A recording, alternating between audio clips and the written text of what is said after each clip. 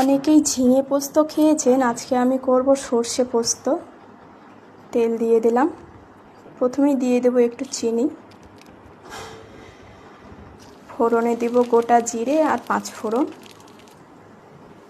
একটু হলুদ দিয়ে দেব যাতে মশলাটা না ছিটকোয়, টমেটো বাটা, পেঁয়াজ বাটা আর আদা বাটা একসাথে দিয়ে ভালো করে ভেজে নেব মশলাটা।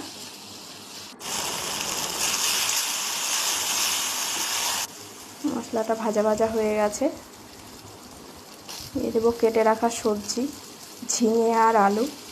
আলুটা খুবই সরু সরু করে কেটে রেখেছি যাতে তাড়াতাড়ি সেদ্ধ হয়ে যায়, কারণ ঝিঙেটা তো তাড়াতাড়ি সেদ্ধ হয়ে গলে যায়।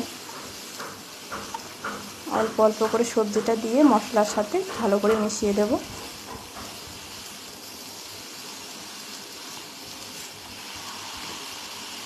ভালো করে মিশিয়ে নিয়ে একটুখানি ঢাকা দিয়ে রেখে দেব সেদ্ধ হওয়ার জন্য।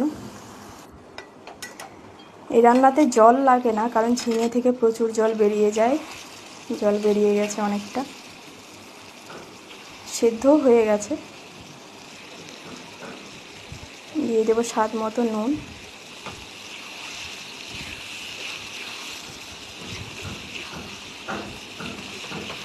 ঝিঙেগুলো গলেও চলে যাচ্ছে, দেখুন গলতে শুরু করে দিয়েছে। একটু শুকনো শুকনো করে নেব, ভালো করে কষিয়ে দিয়ে দেব সর্ষে বাটা,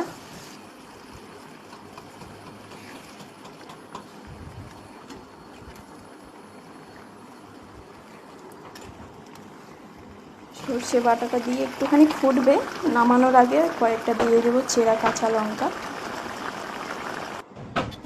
একটু শুকনো শুকনো হয়েছে, রেডি রান্না।